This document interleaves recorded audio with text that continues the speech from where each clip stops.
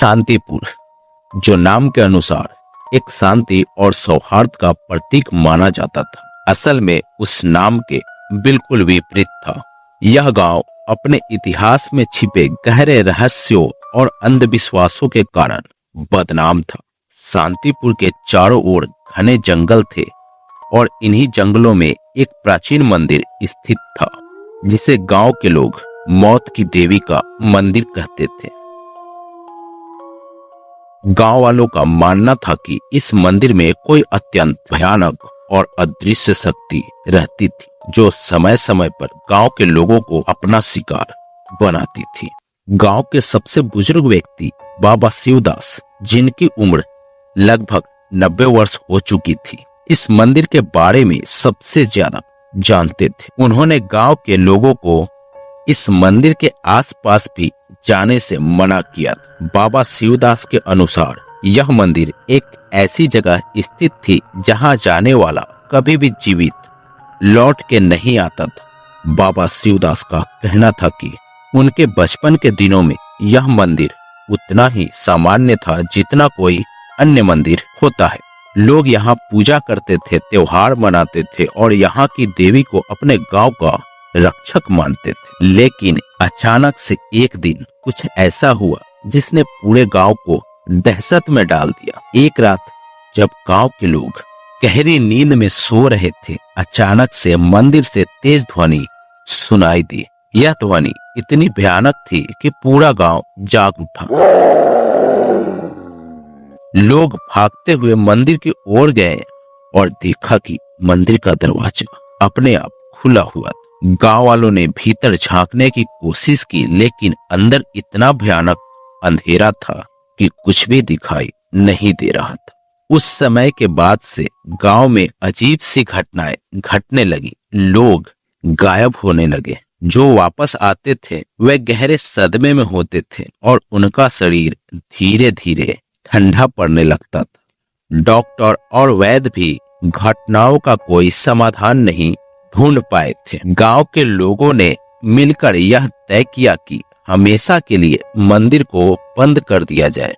उन्होंने मंदिर के दरवाजे को बंद कर दिया और उस पर एक बड़ा सा पत्थर रख दिया ताकि कोई भी उसे खोल न सके। लेकिन इस घटना के बाद से गांव के लोग उस मंदिर के पास भी जाने से डरते थे। समय बीतता गया और इस घटना को कई साल बीत चुके थे। गांव के लोग इस घटना को धीरे धीरे भूलने लगे थे। लेकिन एक दिन गांव में एक अजीब महिला आई जिसका नाम था दुर्गा। दुर्गा ने गांव में आते ही अपनी अनोखी सुंदरता और रहस्यमयी व्यक्तित्व से सभी को प्रभावित किया।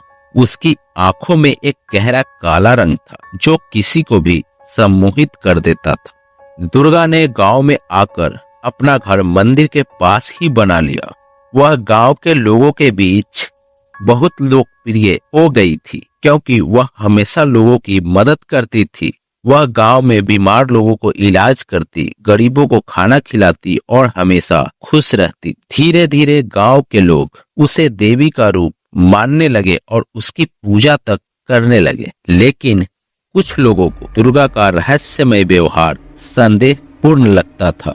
वह कभी भी रात के समय में गांव में दिखाई नहीं देती थी और जब भी कोई उससे उसके अतीत के बारे में पूछता, वह बस मुस्कुरा देती और कोई भी जवाब नहीं देती। एक दिन गांव की एक महिला जिसका नाम था लक्ष्मी अचानक से गायब हो गई। उसका परिवार बहुत परेशान हो गया और उसने गांव के लोगों से मदद मांगी। गांव के लोग लक्ष्मी की तलाश में निकल लिए, लेकिन उसका कोई भी पता नहीं चला।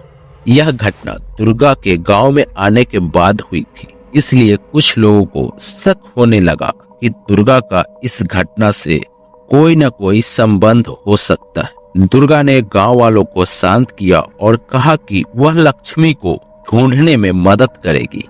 उसने यह भी कहा कि लक्ष्मी जरूर मंदिर के पास गई होगी जहां उसने देवी से मिलने की कोशिश की होगी। यह सुनकर गांव के लोग और भी डर गए क्योंकि वे जानते थे कि मंदिर के पास जाने का मतलब है मौत को दावत देना। लक्ष्मी के गायब होने के कुछ दिन बाद गांव के दो नौजवान अर्जुन और मोहन ने तय किया कि इस रहस्य का पता लगाएंगे। वे दोनों बचपन से ही बहुत ही साहसी थे और किसी भी चुनौती से पीछे नहीं हटते थे। उन्होंने रात के समय में मंदिर में जाकर इस रहस्य का पर्दाफाश करने का निर्णय लिया। रात को जब पूरा गांव सो गया था, अर्जुन और मोहन चुपचाप मंदिर की ओर बढ़े। जैसे ही वे मंदिर के पास पहुंचे, उन्हें एक अजीब सी ठंडक महसूस होने लगी।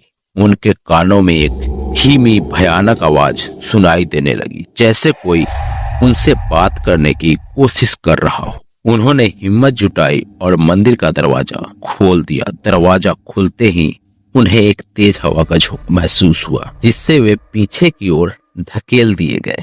लेकिन उन्होंने हार नहीं मानी और अंदर दाखिल हो गए। मंदिर के अंदर का दृश्य देख के उनके होश उड़ गए।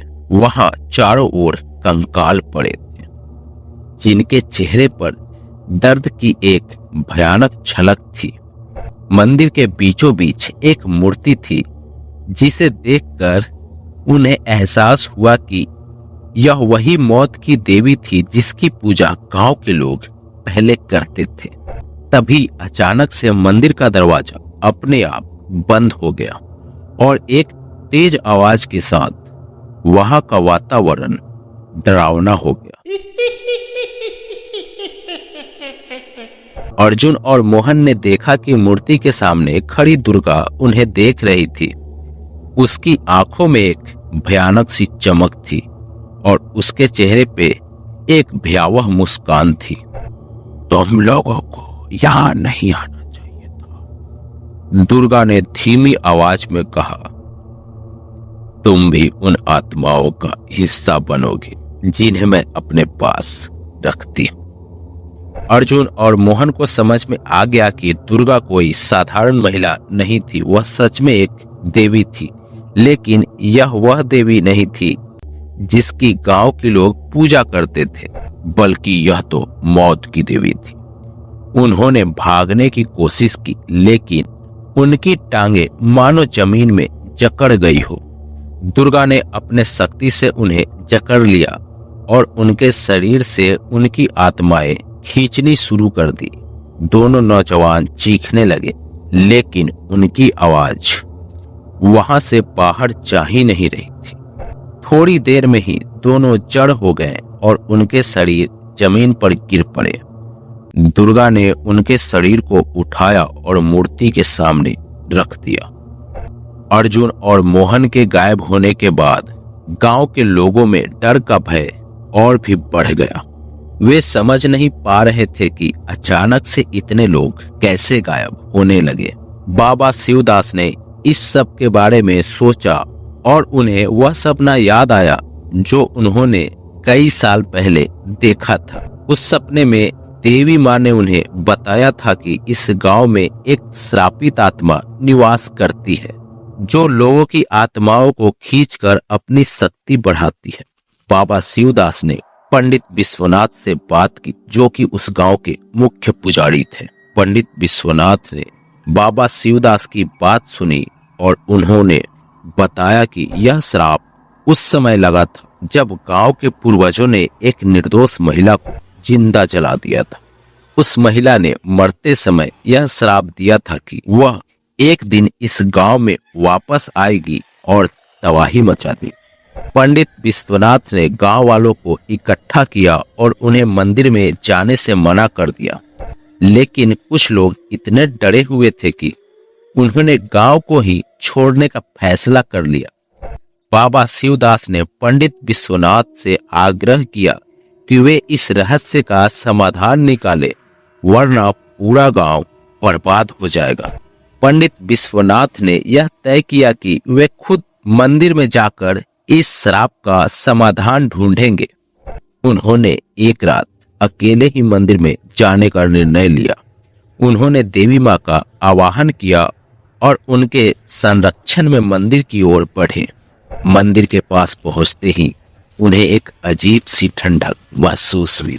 उन्होंने हिम्मत नहीं हारी और मंदिर का दरवाजा खोल दिया। अंदर का दृश्य देखकर वह भी हैरान थे। उन्होंने देखा कि अर्जुन और मोहन का शव मूर्ति के सामने पड़े थे और उनके चेहरे पर दर्द की छाया साफ झलक रही थी। तभी पंडित विश्वनाथ ने देखा कि दुर्गा मूर्ति के पास खड़ी थी। उसने पंडित विश्वनाथ को देखा और मुस्कुराई। तुम्हें यहाँ नहीं आना चाहिए था, उसने कहा। दुर्गा की भयावह मुस्कान और उसकी बातों को सुनकर पंडित विश्वनाथ का दिल धड़कने लगा, लेकिन वह देवी माँ के आशीर्वाद से भरे हुए थे। उन्होंने अपने माला को पकड़ा और दुर्गा से सामना करने का साहस जुटाया। तुम कोई साधारण स्त्री नहीं हो, पंडित विश्वनाथ ने दृढ़ता से कहा। तुम्हारा असली पहचान क्या है? दुर्गा की आंखों में अचानक से गुस्से की लहर दौड़ गई। मैं वही हूँ जिसे तुम्हारे पूर्वजों ने पाप से बांध दिया, उसने ठंडी आवाज में कहा। मैं वही आत्मा हूँ जिसे इस मंदिर में कैद कर दिया गया, लेकिन अब मैं मौत की देवी बन चुकी हूँ। पंडित विश्वनाथ ने अपनी माला की ओर देखा और मंत्रों का उच्चारण शुरू कर दिया। वह मंत्र ऐसा था जिसे उनके गुरु ने उन्हें एक विशेष अवसर के लिए सिखाया था। यह मंत्र अति प्राचीन और शक्तिशाली था। जैसे ही उन्होंने मंत्रों का उच्चारण शुरू किया, मंदिर के अंदर की हवा घनी होने लगी। दुर्गा ने गुस्से में आकर अपनी शक्ति का प्रदर्शन शुरू कर दिया। उसके चारों ओर एक खतरनाक आभा फैल गई, जिससे पूरा मंदिर हिलने लगा। यह सब देख के पंडित विश्वनाथ ने अपनी आंखें बंद कर ली और मंत्रों का उच्चारण और भी तेज कर दिया। दुर्गा ने चिल्लाते हुए कहा, तुम्हारा यह प्रयास व्यर्थ है। मैं इस मंदिर की शक्ति हूँ और मैं अमर हूँ। तुम मुझे कभी भी हरा नहीं सकते। लेकिन पंडित विश्वनाथ ने हार नहीं मानी। उनके चारों ओर एक दिव्य प्रकाश फैल गया। यह प्रकाश इतना तेज था कि दुर्गा उसकी ताकत को सहन नहीं कर सकी। उसने चीखते हुए अपनी पूरी शक्ति लगा दी, लेकिन वह प्रकाश उसे जला रहा था। नहीं, यह असंभव है, दुर्गा ने चीखते हुए कहा। तुम यह कैसे कर सकते हो? पंडित विश्वनाथ ने अपनी आवाज में और जोर डालते हुए कहा, तुम्हारा अंत निकट है देवी। तुम्हारी बुरी आत्मा अब यहाँ नहीं रह सकती। जैसे ही मंत्र समाप्त हुआ, एक बड़ा सा विस्फोट हुआ। मंदिर की दीवारें हिलने लगी और एक तेज रोशनी फैल गई। उस रोशनी में दुर्गा की छाया धीरे धीरे गायब होने लगी। दुर्गा अपनी हार स्वीकार करते हुए चिल्ला रही थी, लेकिन अंततः उसकी आवाज खो गई और पूरी तरह से अदृश्य हो गई। मंदिर की दीवारें वापस से स्थिर हो गई और चारों ओर सन्नाटा फैल गया। पंडित विश्वनाथ थके हुए लेकिन संतुष्ट जमीन पे बैठ गए। उन्होंने महसूस किया कि देवी दुर्गा का आत्मा अब इस मंदिर से मुक्त हो चुका है और मंदिर अब शांत था। पंडित विश्वनाथ ने गांव लौटकर यह खबर गांव वालों को दी। उन्होंने बताया कि उन्होंने देवी की आत्मा को मुक्त कर दिया है और अब वह गांव पूरी तरह से सुरक्षित है। गांव के लोग यह सुनकर बहुत खुश हुए और पंडित विश्वनाथ की पूजा भी की। लेकिन पंडित विश्वनाथ जानते थे कि मंदिर अब भी एक पवित्र स्थान था और उन्होंने गांव वालों को निर्देश दिया कि वे लोग इस मंदिर को एक तीर्थ स्थान के रूप में माने और नियमित रूप से इसकी पूजा करें। उन्होंने यह भी कहा कि इस मंदिर में जाने से पहले पवित्रता का खास ध्यान रखें, ताकि भविष्य में कोई और बुरी आत्मा यहाँ प्रवेश न कर सके। गांव के लोग मंदिर की नियमित रूप से पूजा करने लगे और धीरे धीरे गांव फिर से शांति की ओर लौट आई। मंदिर का नाम शांति देवी के रूप में प्रसिद्ध हो गया और दूर दूर से लोग वहां आकर देवी का दर्शन करने लगे। शांतिपुर, जो कभी आतंक का स्थान था, अब सच्चे अर्थों में नाम को सार्थक कर चुका था। लेकिन गांव के कुछ बुजुर्गों ने एक बात नोटिस की, जिसको उन्होंने कभी भी किसी को नहीं बताया। वे अक्सर रात के समय मंदिर की दिशा में एक हल्की सी आवाज सुनते थे, जैसे कोई जंगल से पुकार रहा हो। यह आवाज इतनी धीमी थी जिसे आसानी से अनसुना किया जा सकता था, लेकिन जिन्होंने सुना वे जानते थे कि ये आवाज किसी और की नहीं बल्कि उसी दुर्गा की थी।